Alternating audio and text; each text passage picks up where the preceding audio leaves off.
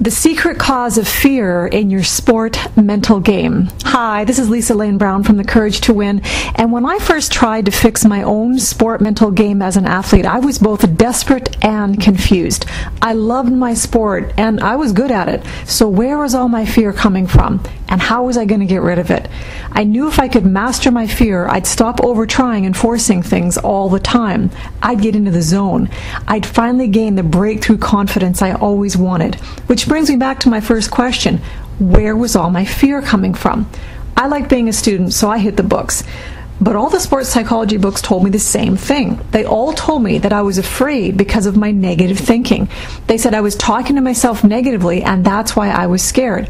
They said the best athletes were positive, and if I learned to be positive too, I would dominate. So I tried it. Every time I got scared, I repeated my positive affirmations. I visualized good stuff too. Sometimes it worked like a charm. Other times it didn't help me at all. And sometimes trying to be positive actually made me feel worse. For a while I blamed myself for still having fear. I'm just not doing my sport mental training right, I'd say to myself. But one day I realized it wasn't true, because I was pretty dedicated to my mental toughness training. That's when I stopped and I said, hey, there's something wrong with this picture. And that's when I had my epiphany. You know, a thunderbolt moment. I said, positive thinking only works when the cause of my fear is negative thinking. The rest of the time, it didn't help my fear at all. That's when I knew that negative thinking is not the cause of every fear in sport.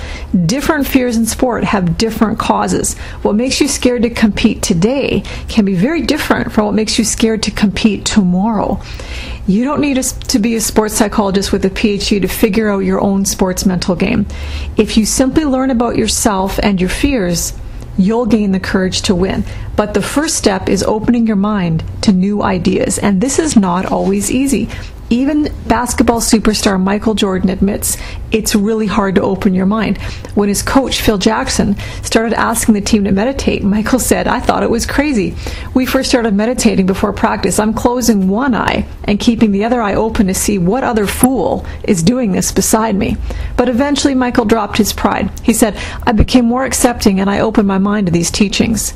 So don't wait to take charge of your sport mental toughness. You can be the confident, courageous athlete you've always wanted to be, but you have to be willing to take action and learn. Are you ready? Because unstoppable confidence in sport starts here. Go to this URL, check it out, check out The Courage to Win, and I'll talk to you again soon.